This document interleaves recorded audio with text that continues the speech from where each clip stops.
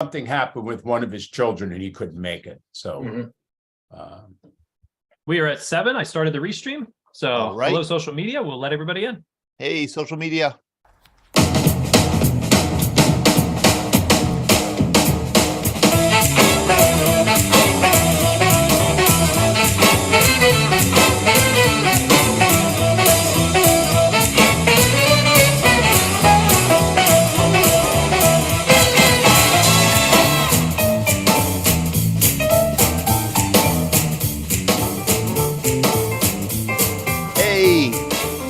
Everybody, and welcome to a very special edition, I would say, of VBC Happy Hour / VBC Greatest Generation Live. My name is Todd DiPastino. I am the director of the Veterans Breakfast Club. We're a nonprofit based in Pittsburgh, PA, where it's cold and kind of snowy. And we've been around for 15 years. This is our 15th year doing veteran storytelling programs where we get veterans together with members of the public to share their stories. And the whole goal is to have the veterans connect to just ordinary people like me who aren't veterans, who don't come from military families, and who don't really understand the bonds, benefits, and burdens of military service. And so we invite veterans of all eras, all ages, all branches of service to come and share their stories. What a delight it is. It is the pleasure of my life to get to know these veterans and to hear their stories firsthand. I'm a historian, and so I take, I've learned a lot of history in these programs, but I've learned a lot else. And we're doing a lot of history tonight. Some of you may have heard of Jimmy Stewart. We have some of our younger viewers like Ted Debiak. He's too young to remember Jimmy Stewart. Ted, it's so good to see you. Thank you for coming on. I see Betsy Tanner. I see Larry Gamrett. Hey, Larry. 99-year-old Bob Miller, who I've just emailed with. I have not met him yet. He lives in Maine. He is a Navy veteran who joined before Pearl Harbor. I see that he's with us. Very grateful to have him join us tonight. And we have other people like Henry Shepke, who truly might be too young to remember high school student Henry Shepke to remember Jimmy Stewart. But we're going to be talking with Robert Matzen, author of the book on Jimmy Stewart's World War II service, and Janie McKirgan, who is the executive director of the Jimmy Stewart Museum in Indiana, PA. And I just wanted to say that we have sponsors, of course, we're very grateful for. D&D Auto Salvage has been sponsoring us for a couple of years now. They re-upped their sponsorship of our VBC Happy Hour. We're very grateful for them. They are a state-of-the-art auto salvaging and metal recycling facility with 2 locations in Western Pennsylvania, Lawrenceville and Tarentum. You can find out about their rates and learn more at dndautosalvage.com. That's dndautosalvage.com. And they're great people. We've got another couple things to announce about them later on in the coming weeks, I hope. Tobacco-free Adagio Health is another sponsor of ours. They, again, also re-upped for their sponsorship. They are a nonprofit that serves, they serve families, children, women, but they have a special outreach for tobacco use because they know that veterans tend to use tobacco more than non-veterans. So they have partnered with us to get the word out about what they do. And what they do is they help people quit tobacco use. They also advocate for healthier places to live, work, and play. And they educate people about the hazards of tobacco use. You can find out more at tobaccofree.adagiohealth.org. That's tobaccofree.adagiohealth.org. Now, listen, here are the ground rules for tonight. Everybody is muted coming into the Zoom room here. We can unmute you, or we could ask you to unmute. And to do that, if you have something to say, I know there are going to be a lot of questions, a lot of comments. If there are people who have a question, if there are people out there, some of you have something you want to say or a question you want to ask, if you're on Zoom, in the app in your desktop or your laptop, you go down to reactions here, you click it, and then you click raise hand, and that will raise your hand. Now, also, if you want to be like Larry Gamrett and go like this and wave your hand in front of the camera, we'll probably see that too. But if you want to be cool and raise your hand Zoom wise, that's how you do it. If you are on a tablet, you can go up to the right to participants, click that, and then you click this little hand, this little blue hand, and that'll raise your hand. If you're on a phone, you go down to more, click that, and then you click raise hand. And then if you are calling in, and we do have some people who dial in, you could just dial *9, *9, *9. That'll raise your hand, and we'll be able to go to you. So that's how you raise your hand. That's how you get our attention. We will ask you then to unmute, and you can make your statement, ask your question. I know there are going to be a lot of stories, a lot of questions tonight. I am throwing it to our host with the most, Glenn Flickinger. Thank you, Glenn, so much for pulling this wonderful program together. Thank you, Todd. Thank you for letting me do this work. It's been a couple of years now that I've been doing this Greatest Generation live, and it's been the thrill of my life to get involved in this. So thank you very much. Before we go any further, Todd, why don't we recognize, is it Bob Miller, who the World War II, we don't get too many World War II veterans, so let's recognize him right up front. It is Bob Miller. And Bob, I am so glad that you sent me an email, and I'm so glad that you joined us tonight. Good to meet you. To meet you too. When did you join the Navy? Well, it depends on how you look at it. At the age of 13, I joined the Junior Naval Reserve. And then, of course, when I became 17, I joined the Navy in January 6th of 1941, I believe it was. But they weren't ready for me, because evidently what happened was they tore down Rhode Island boot camp after World War I, and they were rebuilding it. So they weren't ready for us, so they didn't call me until the 14th of January, when they had a bus ready to take us to where we were learning to, the boot camp. My memory is fading, so it's a little difficult.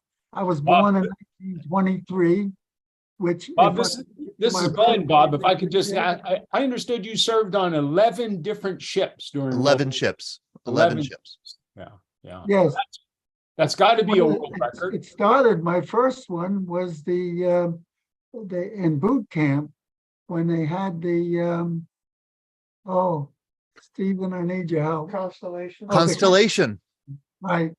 And we climbed the rigging and furled the sails, and you didn't walk out there on these long whatever they were called, I don't remember. But there was a rope you had to walk on, and not a platform to tie and untie these sails. And then we slept in hammocks on the same deck as all the cannons were sticking out both sides. It was an experience, and every time you stood up, you hit your head on the beams. So you had to duck in between the beams. Bob, we're going to have you, I'm going to offline on with email, schedule you to come on so we could really dig into your story and hear everything that you did from beginning to end. But thank you for coming just to introduce yourself and say hello. Good. I hope I didn't waste any time for you. Oh my gosh, we're privileged to listen to it, Bob. Thank you. Great, Bob. Thank you very much for listening tonight. Glenn Flickinger, and also in addition to Julia Parsons, of course, joining us at Navy Wave World War II. I believe Lucky Luckadoo is with us also. Sean, do you see Lucky? I did see Lucky. I saw his window. Let me find his window and see if I can get his video on. Robert Matzen knows Lucky. I found Lucky and I asked him to unmute and start his video. Okay. There he is. Lucky, can you hear us? Yeah, I'm aboard. Hello, Lucky. This is Glenn Flickinger, Todd, and Sean. We're all here tonight. And I think you know Robert Matzen, who's one of our two guests tonight. Hey, Lucky, we met in October in Dallas. Yeah, hi, how are you? I'm good. Well, this is a record maybe for us of late anyway, Todd, to have this many World War II veterans. Lucky, thank you so much for joining. Nice to be here. Okay. Well, let's get started on Jimmy Stewart, because it's there's a lot to discuss. There's quite a few people online. We're going to get a lot of questions. So, Sean, can I just give us a second here? Can I have the screen so I can show some of my photos and so forth? You should have ability to share, so share away. Okay. I haven't done this in a while, Sean, so give me a... While you're finding it, I'll let everybody know that I released a new Scuttlebutt today, Scuttlebutt podcast, pre-recorded. I got to interview Matthew Lewis, a veteran who wrote a book called Mission Transition about transitioning out of the military. I'll put the link into the description, so hope you can all check it out. Okay. There we go. Everybody seeing that? Yes. Okay, perfect. So I got to tell you a quick funny story real quick. This all started with Don Knotts. Everybody remember that movie? That movie star, Don Knotts? A couple of weeks ago, sitting around with my wife reading, and I was saying, geez, I need an idea for this Greatest Generation Live on January 23rd. And she was reading something. She goes, well, did you know Don Knotts served in World War II? No, I didn't know he served. So I read the article. And I called Todd. I said, Todd, we got to do something on movie stars and television stars and celebrities in World War II. And so quickly found out Don Knotts, his background. He actually was an entertainer was assigned. That's how he got his entertainment start. Started in the entertainment section of the Army. And then I thought, well, geez, what's that museum up in Indiana? Isn't there? Oh, the Jimmy Stewart Museum. So I was very lucky to get a hold of Janie McKirgan. Do I have that last name right, Janie? Janie? Oops. Do we have Janie?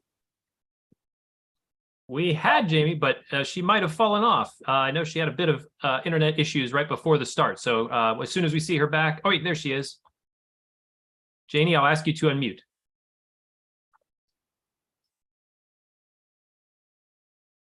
Janie, can you hear us? Okay. There you are. I can hear. Can you hear me? Yes, Okay. Janie. Now, Janie, you missed my great introduction in my lead up, but I'm not going to repeat it, Janie. That's okay. Actually, I heard it. Oh, okay. Well, it was just a couple of weeks ago. I first talked to Janie. She was very pleasant, very helpful about the Jimmy Stewart Museum. And she mentioned to me the author of this book called Mission, Robert Matzen, who's also on with us. But Janie, here's the picture of the front of your workshop. That is it. We're right off of Main Street, and we have 6 galleries. Jimmy Stewart agreed to this museum on 2 conditions: one, that it be humble in size, and 2, that it be located downtown in the heart of his hometown. Very humble man. And we're going to I have some shots of the interior of the museum we'll show in a little bit. Okay. And you can tell us a little bit more about some of the events you have there. And we are very, very fortunate to have the author of this book, Mission, Jimmy Stewart and the Fight for Europe, Robert Matzen. Robert, please say hello. Hello, everyone. Thank you for inviting me. It's our pleasure. Thank you for agreeing to come on such short notice. This all came together just in the last couple of weeks. Thanks very much, Robert. Sure. Okay. So Robert, tell us a little bit about yourself. Where are you from? I am from the metropolis of Bethel Park, Pennsylvania, which I don't let people know that very much. We're the wrong side of the tracks from Upper St. Clair. I live very close to Bethel Park, though, I want to tell you. But I'm the author of 10 books. 3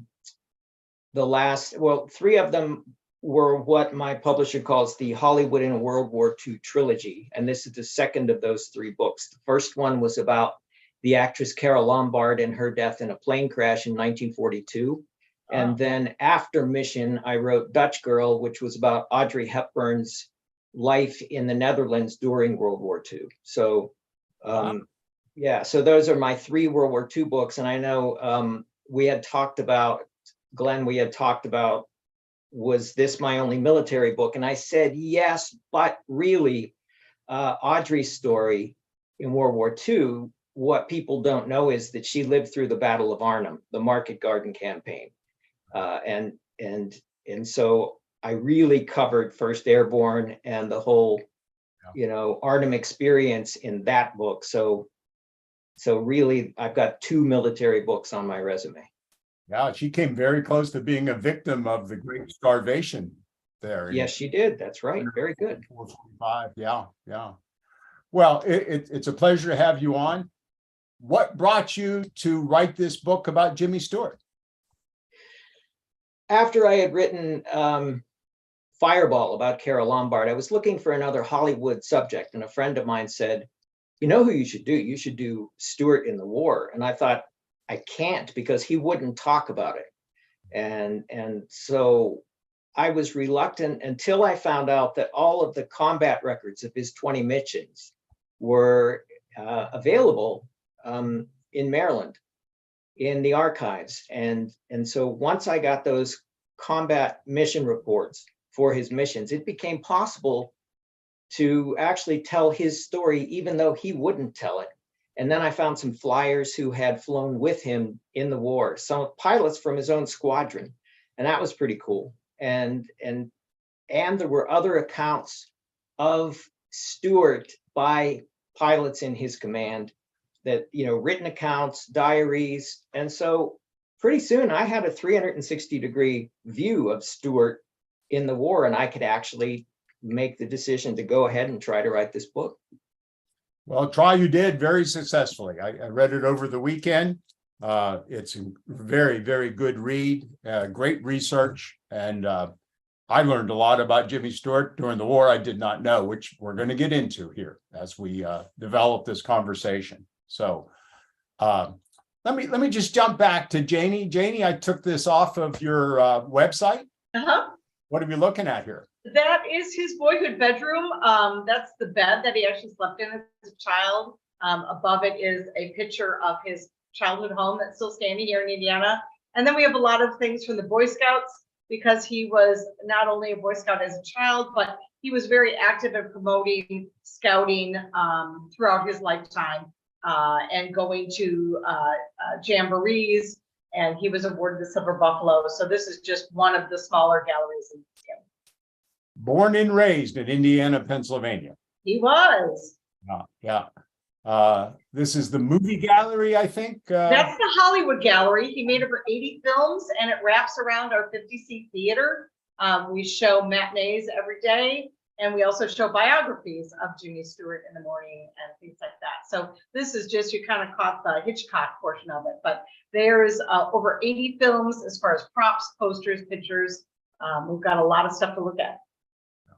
So his father and grandfather played an incredibly important role in the military part of, well, his whole life, but especially the military part of his life. Tell us a little about he goes back to the Revolutionary War. I'm sorry, go ahead, Janie. That's okay. His family goes back to the Revolutionary War. Everybody has been fighting throughout his whole history as far as his family members go. And that's why he felt so strongly in wanting to serve and doing his duty. So he felt it was the most important thing he did. Yeah, and Robert, you bring that out beautifully in the book, how that worked on his mindset, how he got through so many of these missions. All right. Well, the title of the book, Mission, is not about combat missions. It's about his personal mission to serve his country. Ah, interesting. That I did not catch. A little double entendre, as they say, right? Yep. Interesting. Okay. So he grows up in Indiana, and I learned, I didn't know, he's a Princeton grad. He is. Actually, after he was done with high school, he wanted to join the Navy. And his dad said, no, you're going to Princeton. That's where his father went. And he majored in architecture there. And of course, when he graduated, it was in the middle of the Depression and no one was building anything. So it wasn't a great job outlook for him. So that's when he joined the Triangle Players, went to New York and started out just playing accordion in between scenes and did behind the scenes, started getting slowly speaking roles. That's where he met Burgess Meredith and Henry Fonda, and they roomed together there. And so it all started because really he didn't see there was job opportunities for him when he graduated. Well, I think this, I had a little out of place. This is his father and grandfather. Right, and it's probably in front of the hardware store. His grandfather started the hardware store and his father ran it.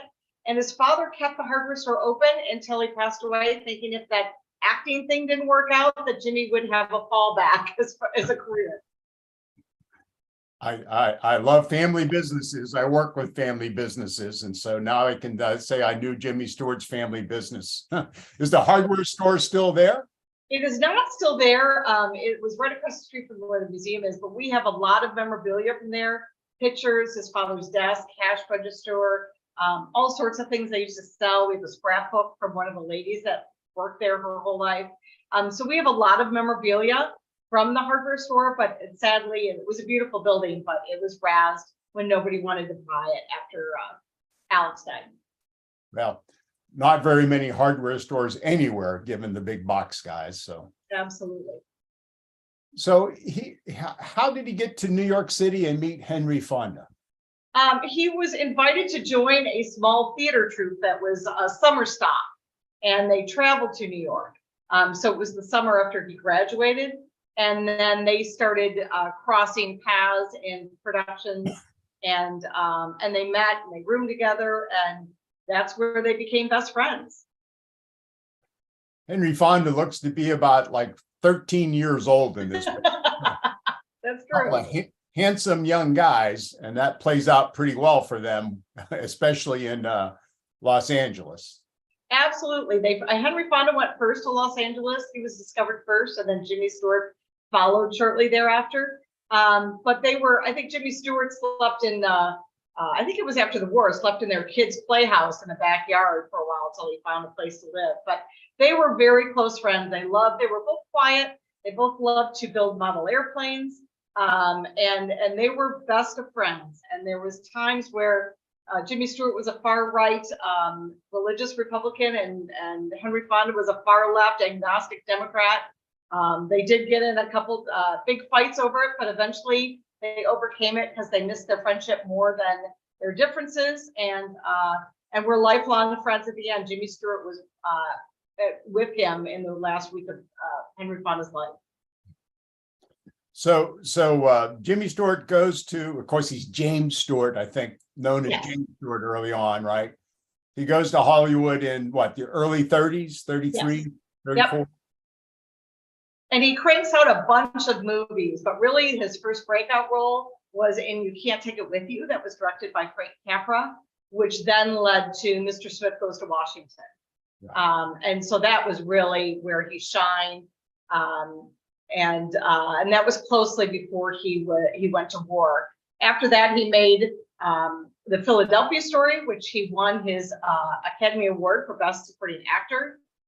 Most people think that was a payback because they thought he deserved it for Mr. Smith. Because when he was in Philadelphia Story, he was up against his good friend Henry Fonda, who was in The Grapes of Wrath. And even Jimmy Stewart thought Henry Fonda was going to win and voted for him. But hence Jimmy Stewart ended up winning. And then shortly after he won the Oscar was when he went to war. Yeah. So but before he went to war, he had an interest in flying. Yes. And I think I have a shot here of one of, So this has got a couple of thoughts in it here. Robert, when did he start to learn to fly? When he got to Hollywood, signed a contract with MGM, the first thing he did with his paycheck was take flying lessons. And soon thereafter, he bought that plane, which is a Stinson, which is the kind of aircraft that the Army used to train. And he did that specifically because he wanted to be an Army pilot as early as 1936. And the woman you see there with him is Margaret Sullivan, who was for a time Henry Fonda's wife. And Jimmy Stewart was head over heels in love with Margaret Sullivan in the 1930s, and there was maybe some hanky panky, but it didn't last. She married another of his friends soon thereafter. But this is him. This is the real Jim. This is not the caricature Jimmy. This is Jim, the cool guy in his plane somewhere around 1938. And him and Henry Fonda, let's just say they enjoyed their celebrity and their youth and had a great time in Hollywood in the 30s. They sure did. They sure did. Yep. Okay. So we're going to progress now to. So James Stewart wanted to join the Army starting pretty early on, 1939, 1940, Robert. What's the story behind him finally getting into the Army? Well, it's a long story because he was drafted in the first draft class leading up to the war in the fall of 1940. He did not enlist on his own. He was drafted. He called it the only lottery he ever won. So when he went to report for his physical, he was turned down. He was deferred because he was too tall and too skinny. He was somewhere around 6'3" and 149 pounds. Wow. And so when his father found out that he was deferred, it made headlines. He got yelled at so hard. But what he did was Jim went back to the doctor who had deferred him and said, you will be missing out on a good flyer and a good officer candidate if you turn me down.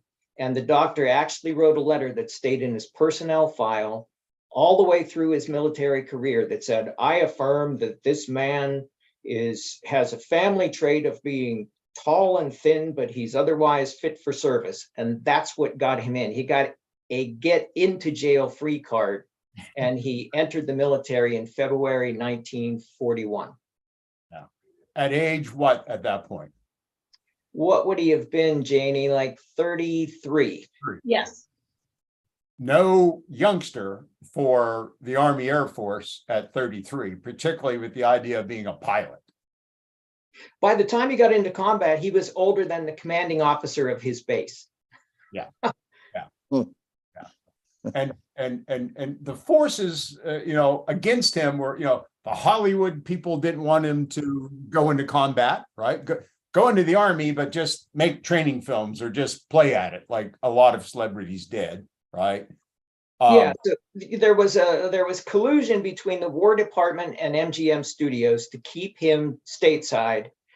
He was assigned to Wright Army Airfield, to the motion picture unit in Dayton, Ohio, which they thought he'll love this because he can just get on a train or get on a bus and go back to Indiana anytime he wants.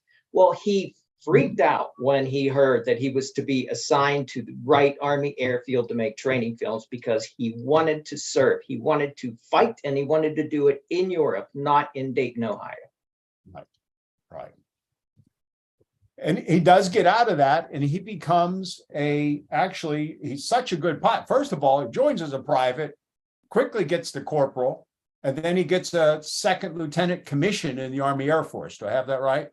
That's exactly right. The U.S. Army Air Forces in January 1942, he gets his wings as a second lieutenant.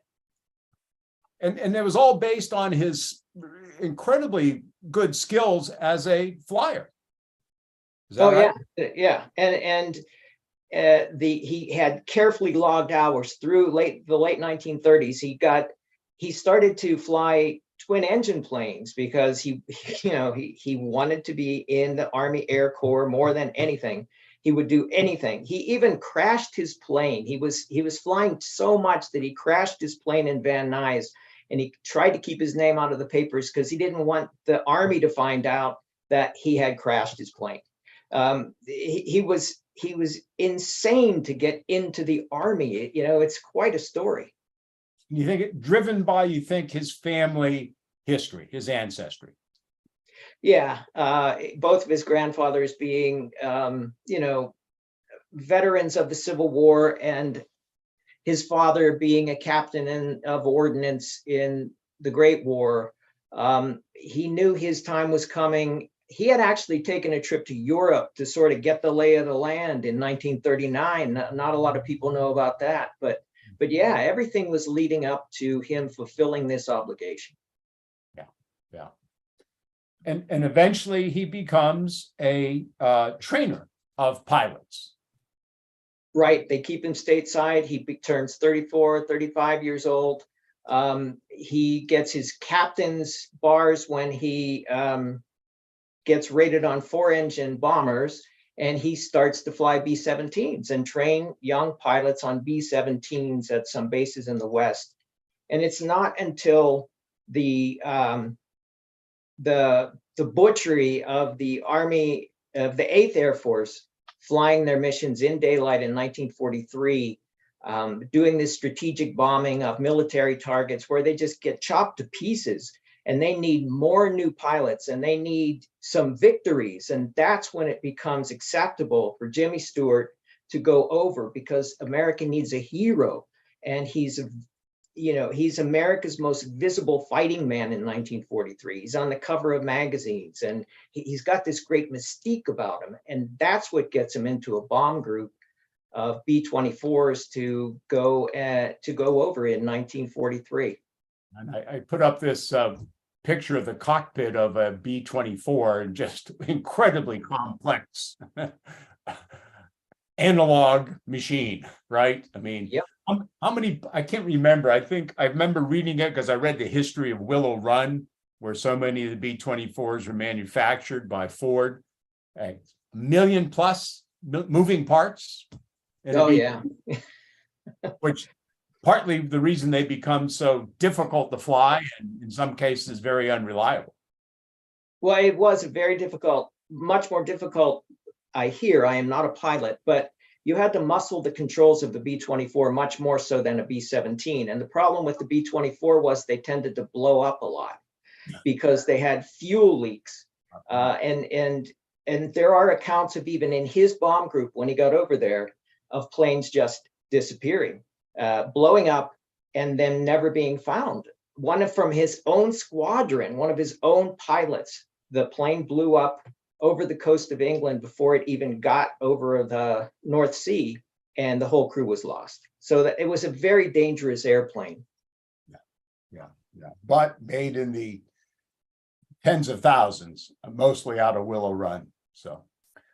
So maybe I'll pause here, because we're just going to now get to where he arrives in England at the base. Are there any questions yet, Todd? Let me remind people that they're welcome to ask questions, raise their hand. You could wave your hand. I could ask Lucky Luckadoo, for example, the difference, if you're familiar, Lucky, with the B-24. I know that you flew the B-17. The reputation of the B-24 was a more difficult plane to fly, Lucky? It was. Actually, we used to tease the pilots of the B-24, telling them that, heck, it was just the crate that the B-17 came in. But there's a question that I have that I'd like to put to Robert. I noted that you, well, there are two questions. One is that you should remember that until 1947, it was not the United States Air Force, it was the United States Army Air Corps. And that's what Jimmy joined, and that's what we functioned as. The second is that you refer to him always as a squadron commander. He was promoted to a group commander. And I believe his group was the 484th B-24 group, which in the 8th Air Force was part of the 2nd Division. We had two divisions of B-17s, the 1st and the 3rd. And the second was B-24s, that Jimmy was a group commander ultimately. And he was highly regarded by his fellow pilots. Those of us who were functioning in the European theater at that time were not necessarily aware that Jimmy was commanding a B-24 group. But undoubtedly, I flew on missions with him when the B-24s were used for diversion. And they would be sent out because the Luftwaffe was invariably prone to attack the B-24s before they attacked the B-17s. And that's why the B-24s suffered some of the heavy casualties that they did. We suffered our own, but they certainly were picked on more heavily by the Luftwaffe than the 17s were. Now, could you stop there for a minute, please, Lucky, if I could say that? So that's something I have not heard before, that the Luftwaffe picked on the B-24s before the B-17s. Why was that? What was their reasoning behind that? They were easier to shoot down. Why? Even though they had 4 turrets, the B-17 only had 2 to defend itself with. But nevertheless, the B-24 was considered to be an easier target by the Luftwaffe. And they invariably, when we could see the B-24s in the air at the same time we applauded, because we knew that the Luftwaffe was going to go to them before they came to us. Yeah. Robert, you talk about in the book how the Luftwaffe on the B-24s would go after the number 3 engine, because that's where they knew the hydraulics were housed. Right. Right. Well, why not on the B-17s? Where were the hydraulics on the B-17? The same. Same. Okay. Yes, it was a somewhat similar design in that regard. But I would tell you that during the World War II, there were 50% more B-24s built than there were B-17s. There were 12,723 B-17s against 18,412 B-24s. So it was almost a 50% larger factor of production. And you mentioned the Willow Run production of the Ford factory. They turned out a B-24 every 63 minutes. There's actually a great book about that I read many years ago about Henry Ford and the building of that factory and all that. And that became true. It took a long time to get there, but exactly. It did become true towards the end of the war. But there's an awful lot behind that story, as there always is in these stories. And I highly recommend the book, which I don't remember right now. But Bob Book, you have your hand up? Yes, Todd, can you hear me? Yeah. Okay. I want to go back to Janie for a second. I'd like to, and I also like to go forward with a question. I want to ask Janie what the highest level of Boy Scouting Jimmy Stewart. Did he achieve Eagle Scout?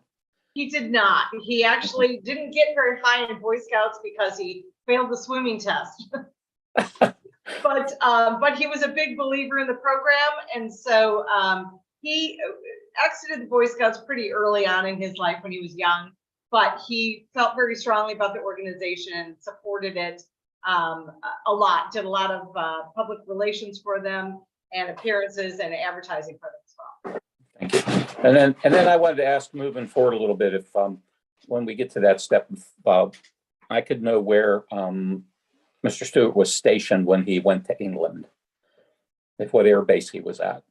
That's We're going to get into that right now, or as soon as we Thank you, Bob. move forward. Also get into his mission, almost, quite a few of his missions and how he moved up in rank. Anything else we want to jump back into the story, Todd? Yeah. Okay, let me share my screen again.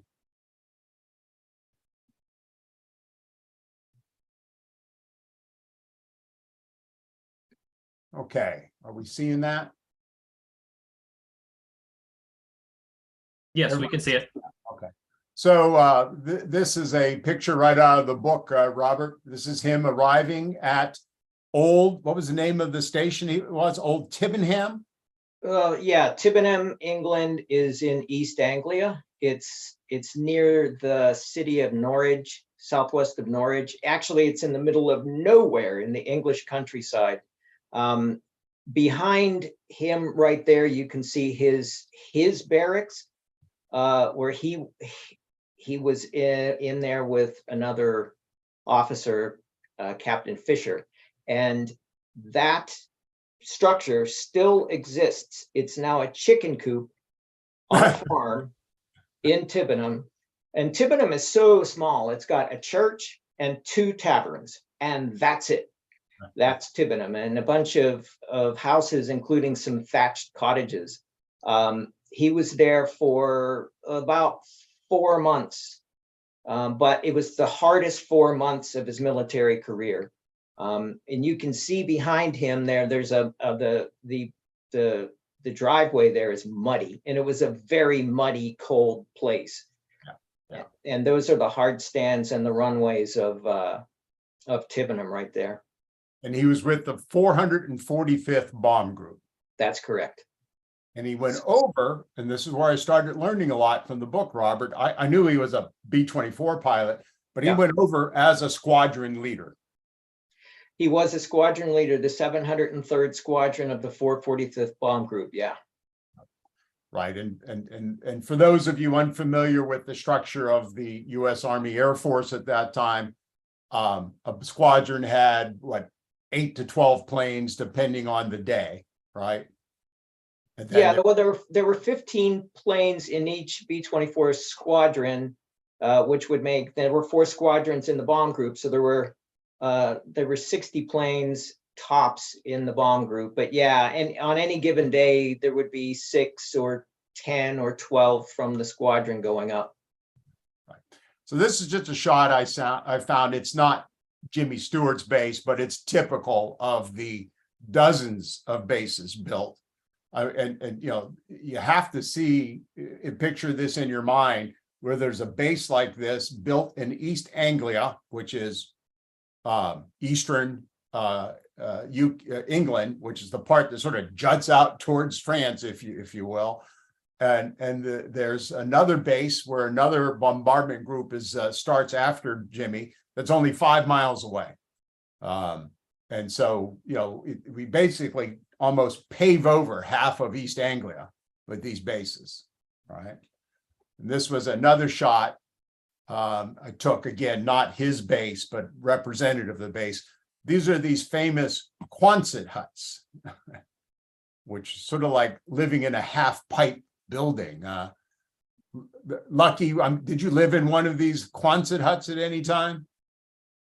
Oh, yes. That was my barracks. That was your barracks. Not quite at the level of the Holiday Inn or Hilton Hotel, I'm sure.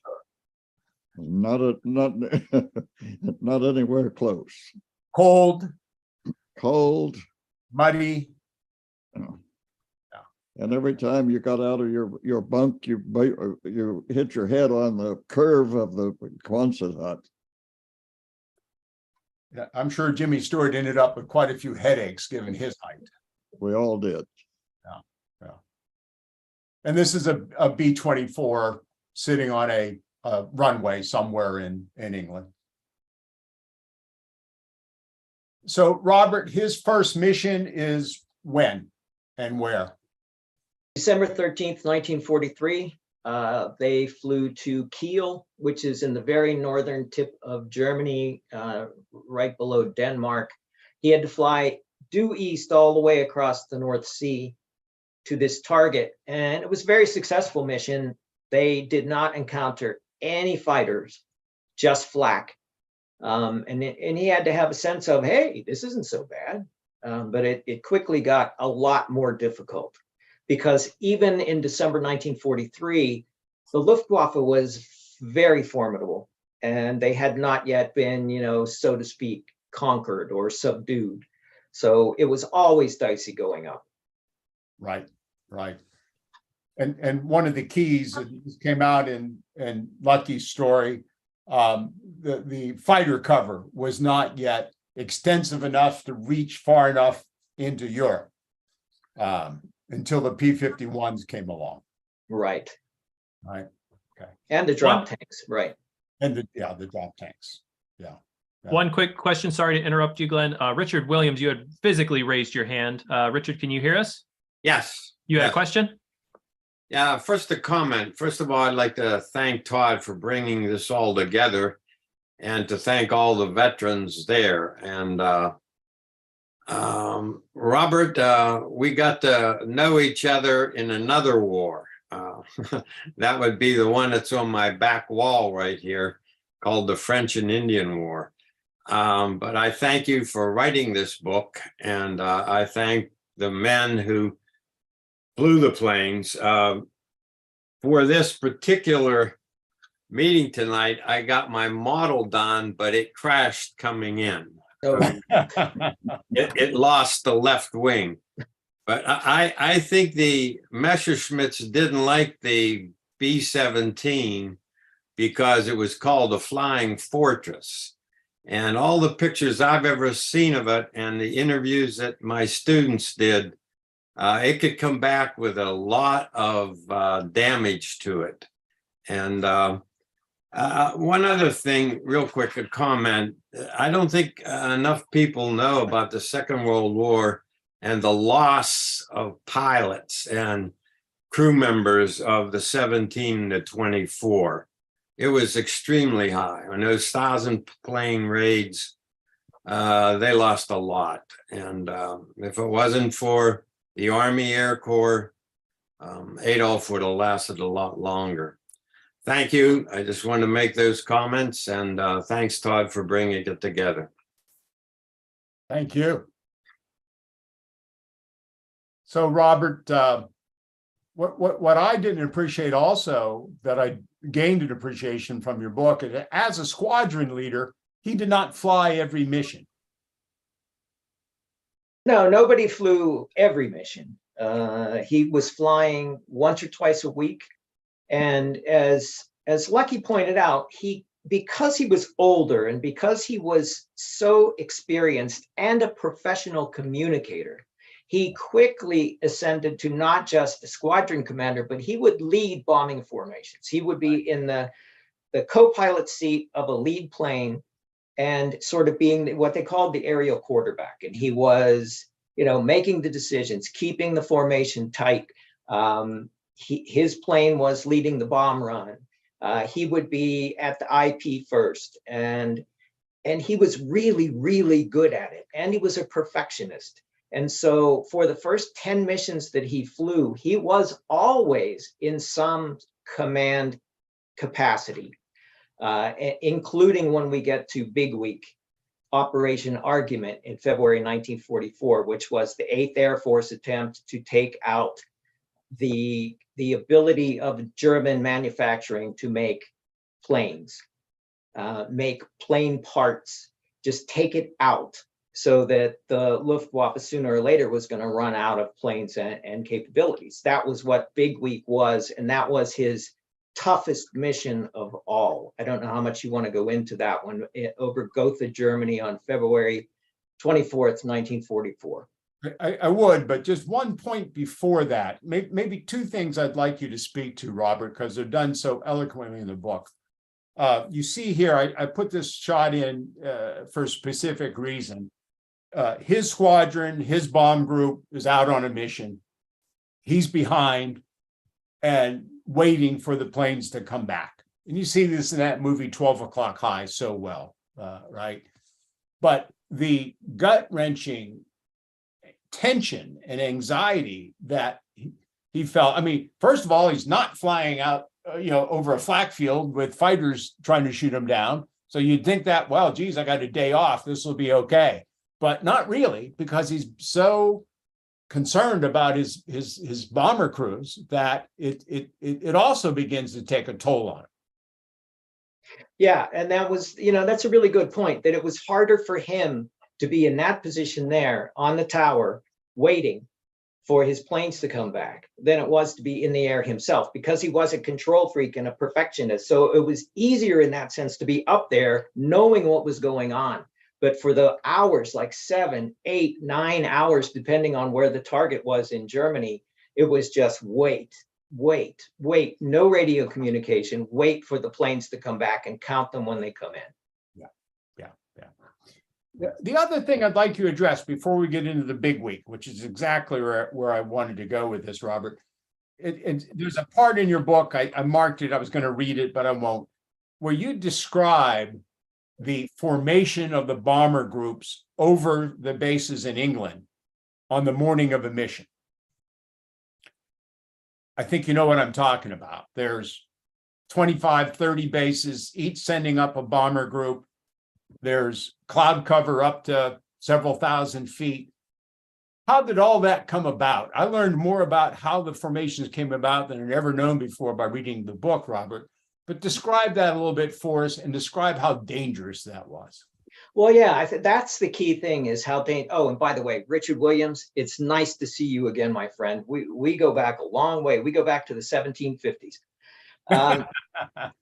So every 5 or 6 miles, Lucky can speak to this too, there was a base, and they were all sending up planes, and they were sending it into, in many cases, a low cloud deck. And you were told, fly in a certain heading for 45 seconds and then turn to the new heading. And if you flew for 46 or 47 seconds and then turned to the new heading, you could hit another plane that's going up into the sky. And there are accounts, the January 1944 in particular, where 2 planes collided, and I think Clem Leone was there, and he felt the concussion, and boom, 20 guys are dead in an instant, just because the sky was so crowded. There's Clem Leone, who was he was a radio man on a B-24 in the 702, I think, at Tibenham. I flew with Jim a couple of times. So yeah, it was very dangerous. Getting to altitude, getting to the runway where the planes formed up to go across the North Sea, it was very dangerous. And that's before you get to the flak field and the fighters, they would pick you up over France or over the Netherlands, over the Zuiderzee, and then it would be a running battle all the way to and from the target. At various points, there would be a flak field, or a bomber group or a fighter group would jump you from behind, always from behind. And that would happen. Yeah.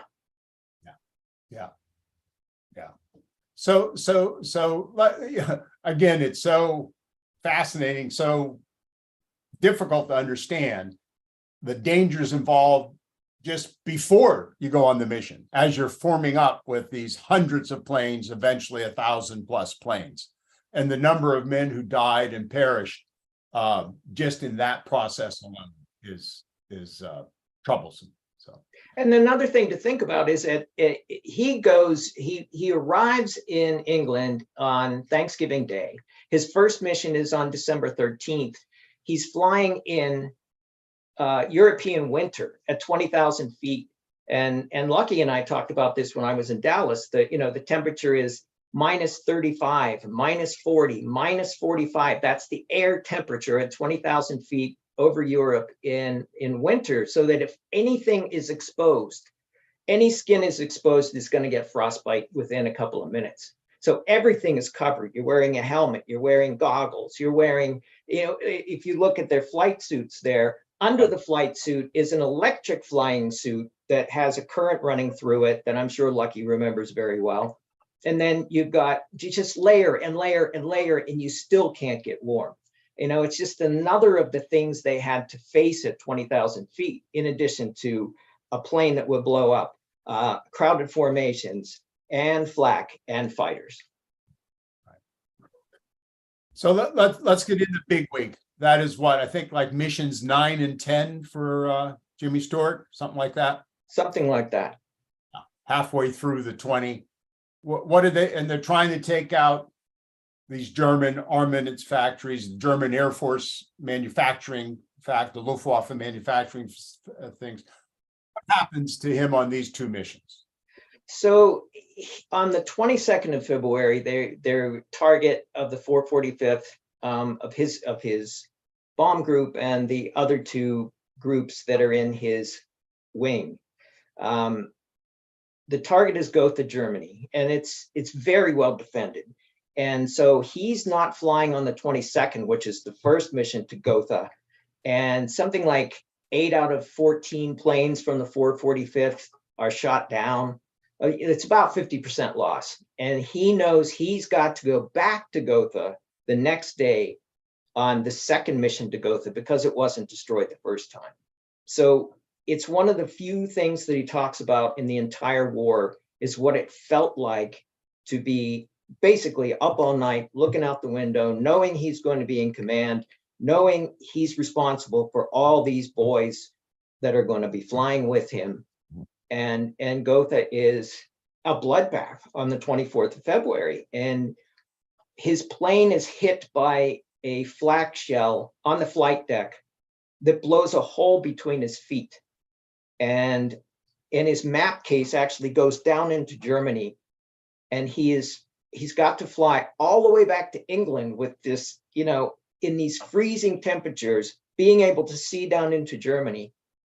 And when the plane landed back at Tibenham, this crippled plane with 2 engines knocked out and a hole blown between his feet, the plane cracked like an egg when it landed. It had a structural failure at the flight deck because of that blast of that shell. And that was the one that was just too much. It was too much for any human to endure, especially a man who's now, whatever he was, 36 years old or whatever, having flown at least 10 missions in the previous 2 months, always leading, losing men, writing letters home. It just got to be too much for him. And was it one of the missions during Big Week, Robert? I forget which one, where he's in a command position, riding co-pilot, and his plane has to turn back due to mechanical problem. Now that was earlier. Was earlier? That was earlier, yeah. Okay. That was somewhere around December 27th, 43. But another, I guess what happened was his plane has to turn back because of mechanical problems. A plane takes his spot in the formation. That plane then, during the bombing mission, gets shot down. Yeah, and I talked to the co-pilot of that plane, who spent the war in a prison camp because he was in that spot and Jim wasn't. Yeah. So what these men saw, what they did, what they accomplished, it's hard to show in just these still pictures, but they're difficult enough to look at.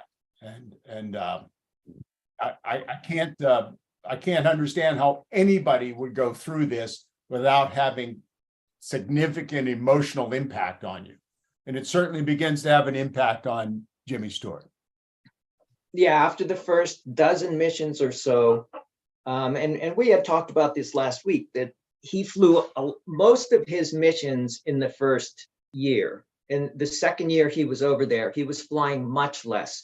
He was much more involved on the ground. He had moved from Tibenham in like April 1944. He moved from Tibenham just up the road to Old Buckingham, and where they needed their base basically, reorganized because it was a hard luck base and it had a high casualty rate. So he went in there and helped straighten that out. So in May and June of 1944, save for D-Day, he wasn't flying at all. He was spending his time,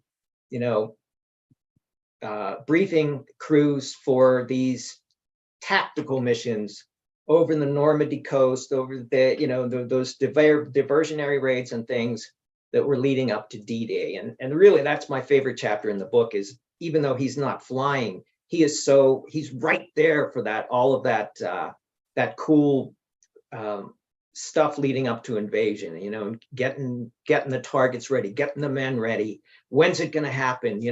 Lock down the base. This is it. That's really cool stuff. Yeah. Well, again, I came to appreciate just how much of a command personality he had, right? And yet, I mean, as this picture illustrates, I'm not quite sure when this picture was taken, what mission it was on, or anything like that. It's just a great illustration of there's this famous movie star in the middle of this group of men who are just common men. And the question would be, how did he get along with the average guy? What was his relationship like with all these people? Were they asking him for his autograph every other minute? Or did he just become one of the guys? He was one of the guys in a sense. He was a strict disciplinarian. There are apocryphal stories that came out after the war of, oh, he was just this bumpkin guy. He was a great guy. He was one of us. Well, not really, because he was always the movie star, and he played that card. As much as he would not play along with the press or whatever, the generals wanted to hang out with the major because he was Jimmy Stewart. And if he had a drink or two in him, he would tell you what it was like to date Lana Turner or Jean Harlow. I mean, he was a complicated man, a very closed off man. He was never just one of the guys, but he was a commanding officer, and they would forget that he was the movie star because he was a tough commanding officer. Don't let it fool you. Any of the Jimmy Stewart facade, he was a tough, disciplined flyer. Yeah. And how hard was it for him to keep the press away from him? It wasn't hard for him because he had no stomach for it whatsoever. He just would not participate at all. He would hide behind the fences and the gates and the security in the bases. He stayed in the bases. He was like the anti-narcissist. He had no use for publicity. He was there to do one thing and one thing only. When he landed in England, he had to endure one press conference. They put him out there for one press conference, and he hated it. And it was sort of a disaster because he just wouldn't play along.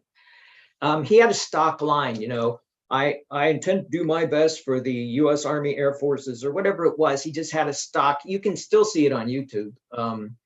He had a stock line that he would tell the press, and it would infuriate them. And that was what he wanted to do because he just had no interest in participating in any publicity.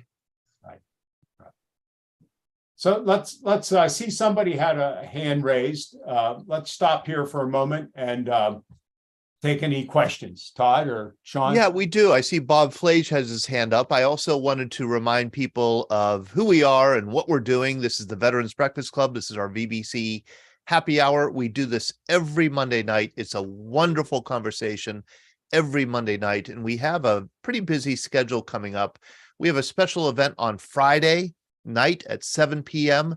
We're having the streaming premiere of a Veterans Breakfast Club documentary called We Left as Brothers, and this is about our trip to Vietnam in 2018 with a group of Vietnam veterans retracing the footsteps of where they served 50 years earlier.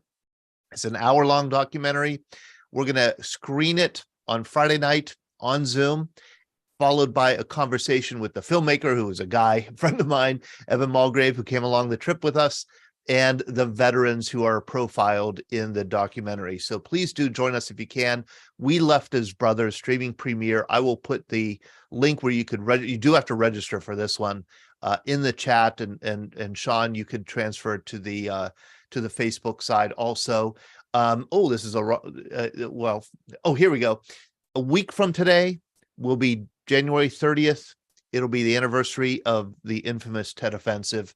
We're going to have an open conversation focusing really on the Tet Offensive and those who were there, Vietnam, what they remember about the Tet Offensive. And we're going to have a special guest also, Ray Gleason, who was there and who wrote a wonderful book called A Grunt Speaks. It is a dictionary of Vietnam infantry. A Devil's Dictionary of Vietnam Infantry Tales and Terms.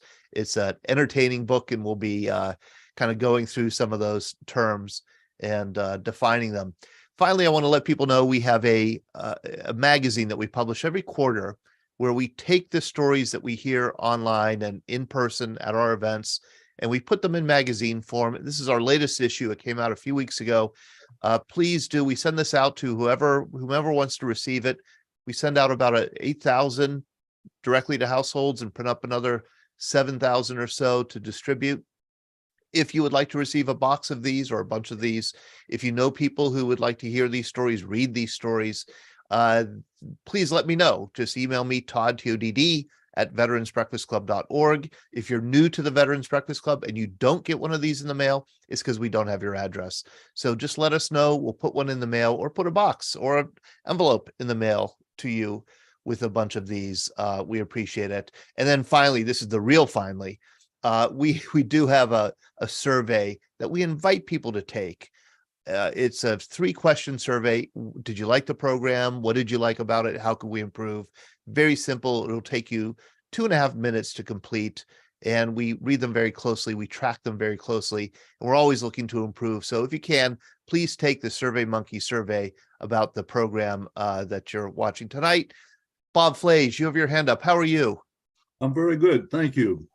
I had 2 questions. I think Mr. Matson answered one, that Jimmy stopped flying May of 44. Is that correct?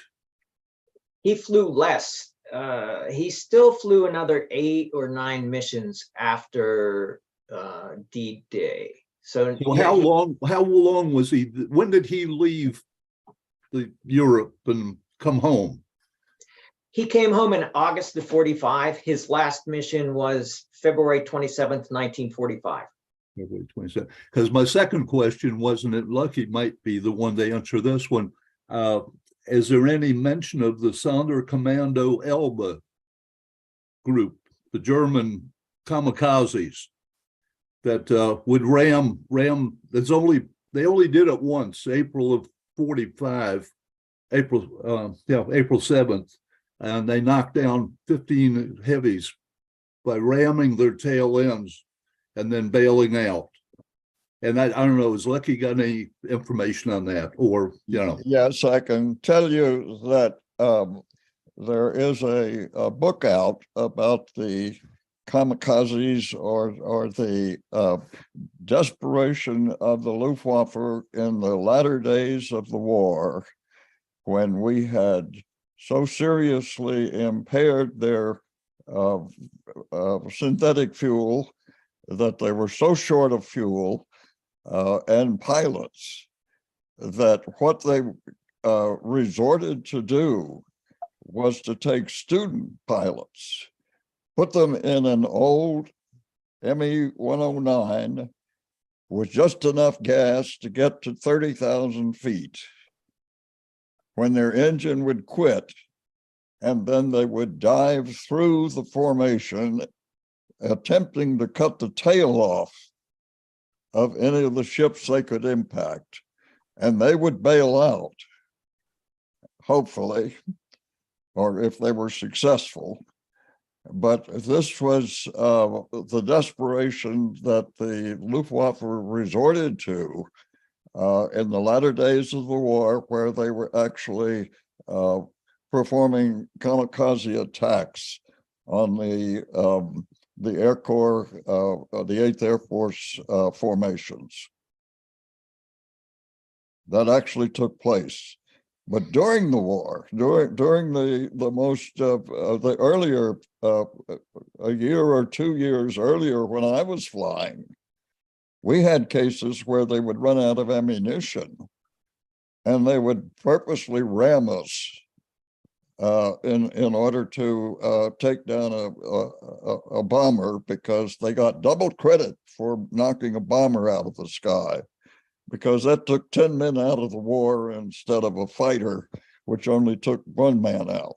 Now, I understand that on the April 7th, they launched 180 Messerschmitt 109s to and then of that 180, they only took down 15, but That's still a loss. Yes, it was not as successful as they had hoped, but it was an indication of just how desperate they were.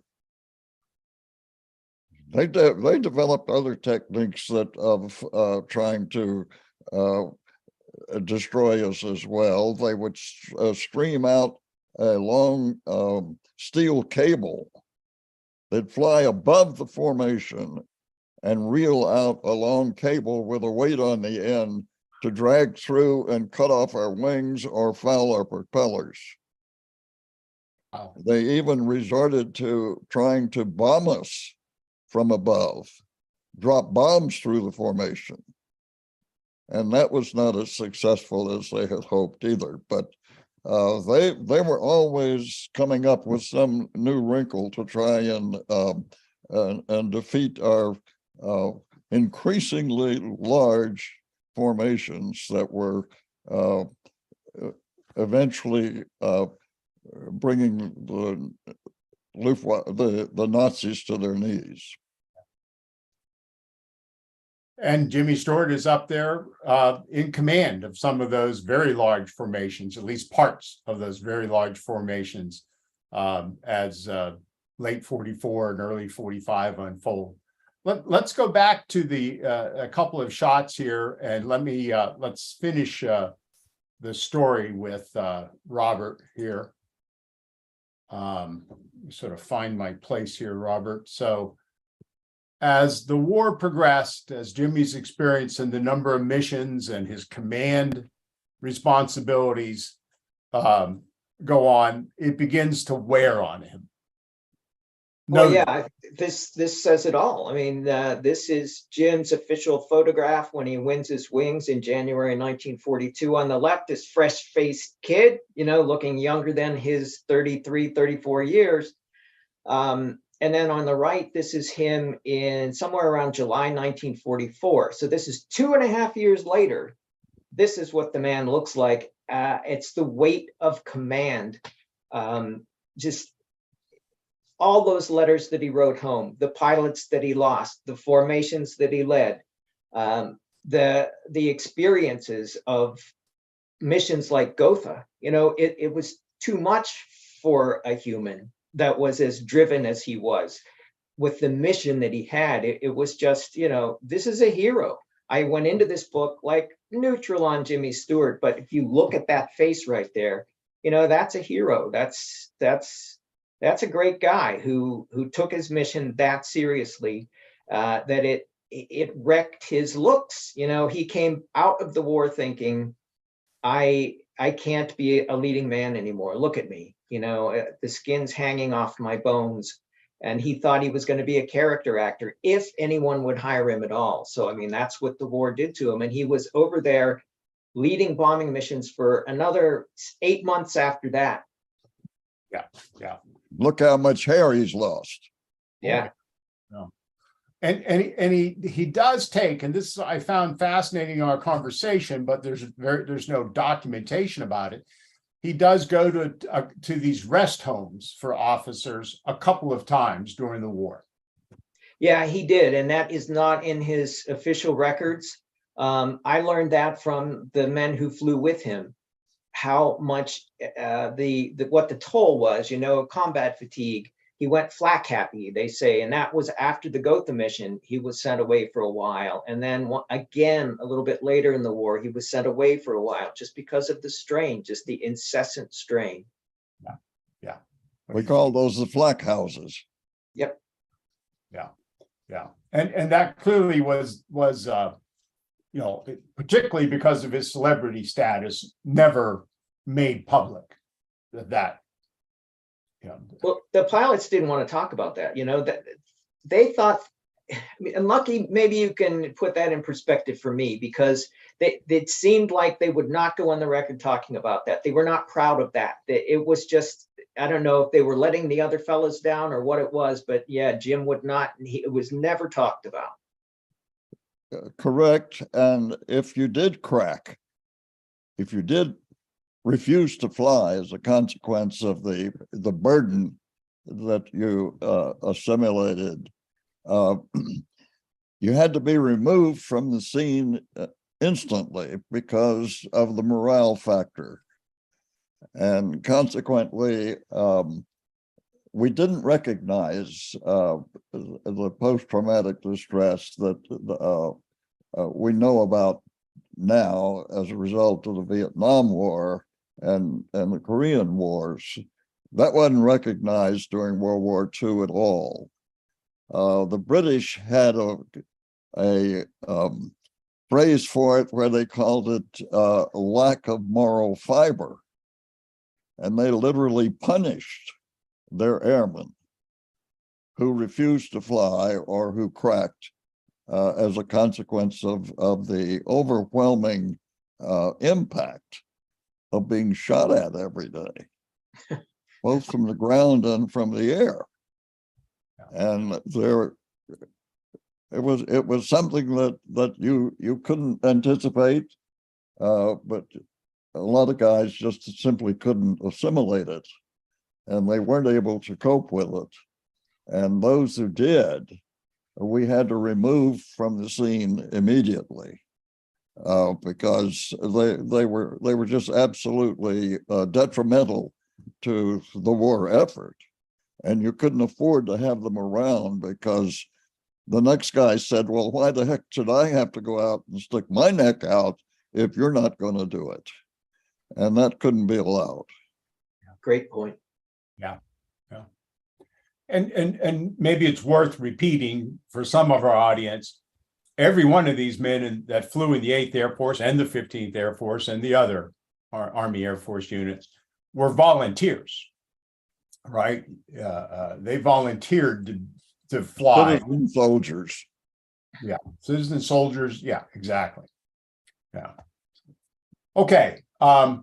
So at the very end of the war, Robert, as I recall, of his time in England, he is promoted to wing commander. Yes, Correct? he is. He's a full colonel, and it becomes sort of ceremonial. He is in charge of getting the men home, and that's a big thing. And it's in recognition of his extraordinary service that he gets the honor of leading his men home, really. So he comes home in August of 45. Janie, let's try to bring you back into the conversation as well. He's obviously, does he come home to a hero's welcome? What's his homecoming like? When does he make it back to Indiana, Janie? Not all of that is well documented. He came back a lot to see obviously he got together with his parents and his siblings. But he did trips to Indiana, most of them on the sly, because he didn't want all the celebrity. He just wanted to come back and see his family and spend time. So obviously he was here, but we don't have when or where on those occasions. But he really thought that his Hollywood days were done. And he was okay with that. He thought, if that's where I end, my military career was the most important thing I've ever done. And if Hollywood doesn't come a calling, that's okay. He had made peace with that. And then Frank Capra, who was also served in the war, came calling with the script for It's a Wonderful Life. And they thought this might be the ticket to back to Hollywood. And the crazy premise of this man meeting an angel and he's about to commit suicide. It was a beautiful film, but it just wasn't well received at the time because it was post-war and most of America was tired and didn't want something it's kind of a depressing film until the very end. So it didn't do well at the box office until later on when it played around the clock on TV. But if you see his angst on the bridge and when he's about to commit suicide and all this, that's a lot of post-war or PTSD coming out in this film. Both he and Frank Capra thought it was very cathartic to make this film. But it was a lot of that. He was tough to be around at times during the filming of this movie. But you can see so much emotion in it. And now knowing what he went through on the war and watching it with new eyes, you see a whole other side of George Bailey in this movie. Robert, you begin the book and end the book with scenes from this movie. Why did you do that? Why do you think this is such an important part of his life? Well, I thought it was really the crux of the story that in June 1946, he's in the desert of Encino, California at the RKO Ranch. They recreated the town of Bedford Falls, New York, in the desert, and it's a heat wave in June. All the snow was fake. When he runs down the street of Bedford Falls with his raising his arms and yelling "Merry Christmas," it's 90 degrees. And he had just been at 20,000 feet at 40 below zero with planes shooting at him. And what was that like for this man to be back in unreality after being in the middle of the ultimate reality? So, I mean, that was the story for me, was trying to find out, who he was, what he had been through, and now he's back, making movies again. I just think it's an incredible story. Yeah. I imagine most casual observers of It's a Wonderful Life, I never would have guessed it was made in the desert. Just always had this vision. It was actually made someplace outside of Altoona, Pennsylvania, in the middle of winter. And it was a huge heat wave at the time, hotter than usual. So it was quite a chore to get through some of those scenes. And these scenes, and again, I want to go back and watch this movie again. These scenes where, in the movie, he has these difficult suicidal expression here. This is when he's on the bridge, I think. Obviously, it was easy for him to conjure the emotions up at that point. There was no character acting needed at that point in his life. Not at all. And there was one of the scenes, especially on the bridge, where he did the scene and he told Capra he didn't have another one in him. And Capra wanted a close-up, and he ended up having to use a different technology to zoom in and get it because Jim just didn't think he could do it again. It was that emotionally draining for him. So the movie, I didn't realize, again, this was not a commercial success. You just sort of assume it was a big success because everybody watches it every year now. Yeah. So, but he goes on to obviously make another, whatever it is, 40 movies or 50 movies. Yeah. And, how does he get over or does he ever get over? What role did the PTSD play in the rest of his life?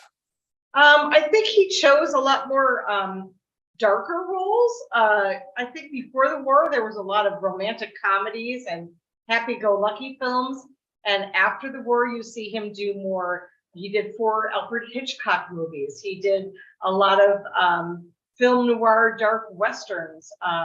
He did a lot of different kinds of movies, but it added a lot of depth to his acting career and his roles. I think you saw a different Jim, and I think that it showed his range from going to romantic comedies to suspense to westerns to real life stories. He did it all. And I think the war kind of gave him another depth of emotion.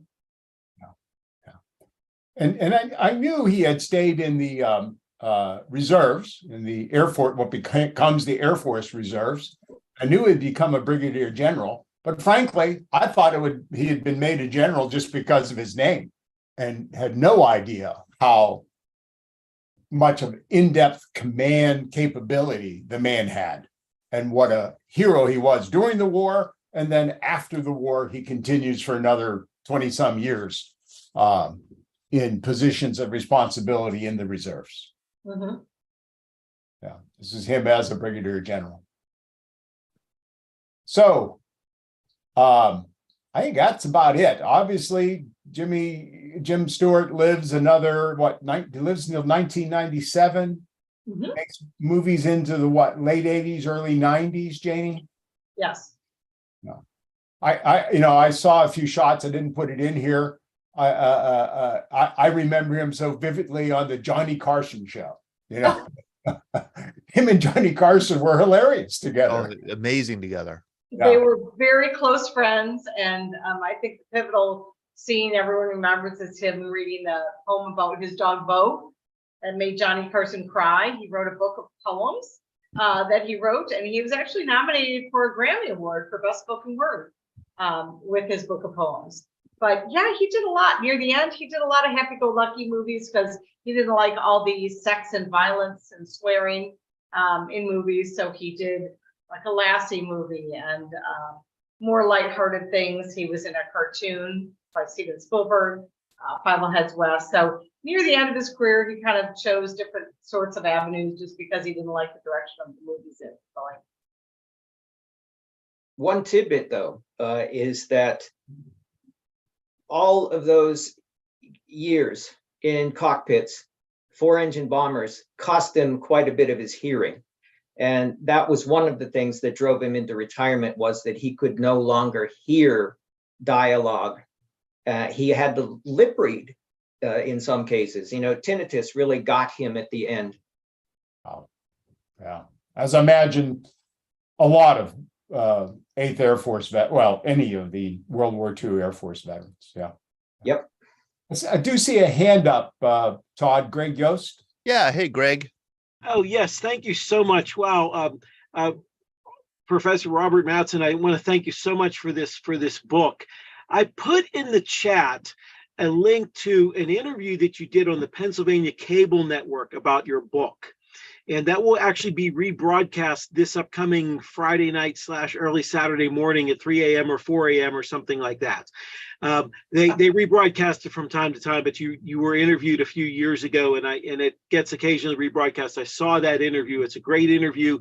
I recommend that anyone who enjoyed even this broadcast tonight, please watch that if / when you get a chance. I think the people on this broadcast know me. I could go on for hours, so I'll try to limit myself to 25 or 30 minutes. No, seriously, real quick.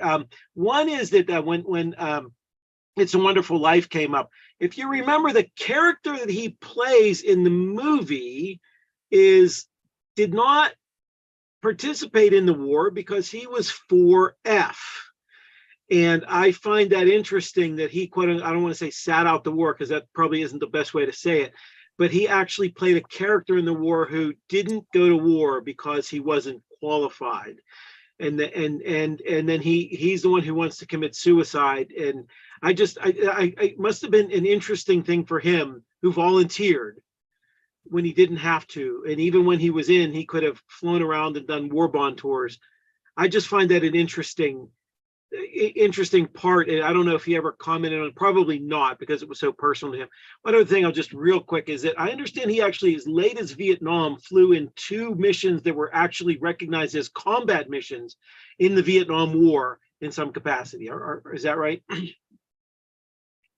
That's correct. There was one, an article came out, I think a couple years ago, in Secret Mission in Vietnam. He went over there to boost troop morale, and then said, I want to go on a bombing run, and volunteered for that because he wanted to see what the new planes were like. And while he went on a bombing run, and everything went according to code. And then when on the way back, I believe it's the flaps were not coming down on the plane when they were about to land. And they were preparing everybody to parachute out of the plane, including Mr. Stewart. And then they realized it was the warning lights that were wrong, and they looked out the window and the flaps and slats were actually down, and they landed safely. So.